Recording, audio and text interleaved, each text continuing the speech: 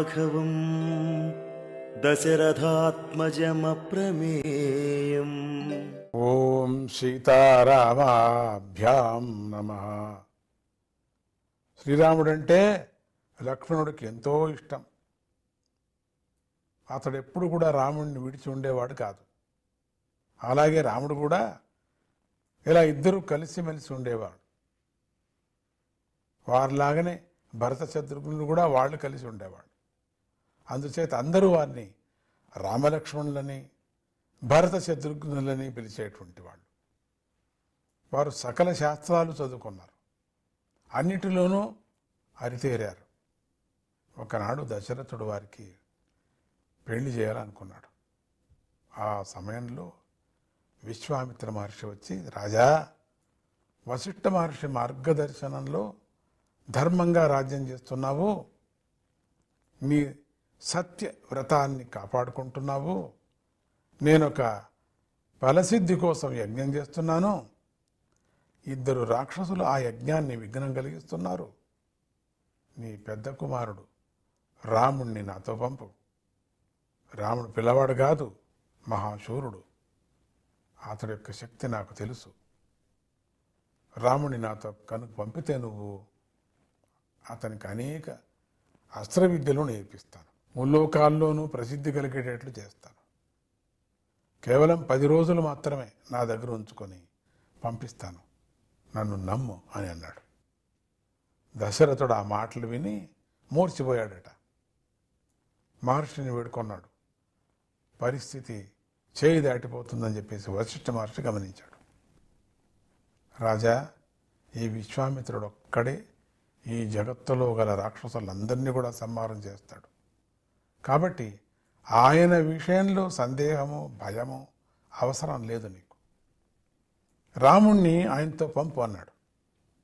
ఆ మాటలకు దశరథుడికి భయం తొలగిపోయింది. గురువుగారు చెప్తూనే సంతోషంతో రామలక్ష్మణులు విశ్వామిత్ర మహర్షి వెంట పంపించాడు. మధ్య మార్గంలో మహర్షి రాముడికి బల అతిబల విద్యను కూడా ఉపదేశించాడు. దారిలో అంగదేశం వచ్చింది.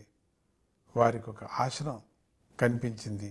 ఆ విశ్వామిత్ర మహర్షి ఆశ్రమాన్ని చూపిస్తూ, ఇది శివుడి ఆశ్రమం, శివుని తపస్సును భంగం చేసినందుకు మన్మథుడు ఇక్కడే భస్మమైపోయాడు, కనుక ఈ ప్రాంతానికి అంగదేశం అని పేరు కూడా వచ్చింది అని చెప్పాడు. మరునాడు పడవల్లో వారు గంగా నదిని దాటుతూ ఉండగా అందరికి కూడా పెద్ద శబ్దం వినపడింది. అప్పుడు మహర్షి వారితో, బ్రహ్మదేవుడి మనస్సంకల్పం వల్ల మానస సరోవరం ఏర్పడింది, దాని నుండి వెలువబడిన ఒక పాయే సరయూ నది, అదే అయోధ్య నగరంలో ప్రవహిస్తుంది.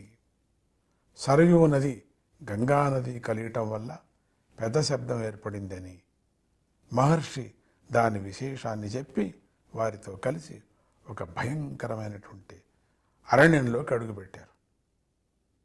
ఆ అడవిని చూసి రాముడికి ఆశ్చర్యం కలిగింది.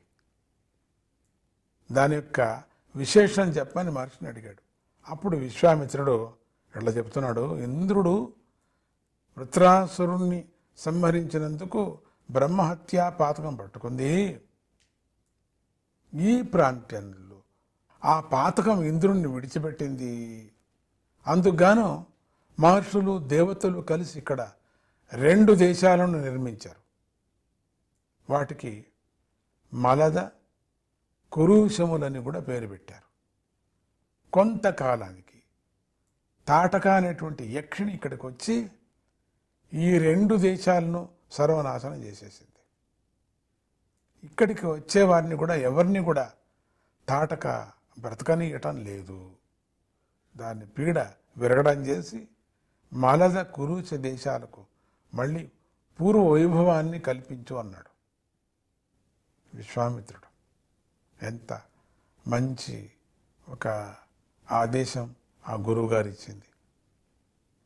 అప్పుడే రాక్షస బాధను తొలగించడానికి ప్రారంభం చేసుకున్నాడు.